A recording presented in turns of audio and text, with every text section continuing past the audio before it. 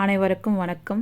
Instant base பீஸா வச்சு எப்படி வீட்டில் ஈஸியாக பீஸா பண்ணலான்றது பார்க்கலாம் வாங்க. அதுக்கு தேவையான பொருட்கள்: வெங்காயம், தக்காளி, Amul cheese, butter, sweet corn, capsicum, instant pizza base, அதுக்கப்புறமா tomato chilli sauce, chilli flakes.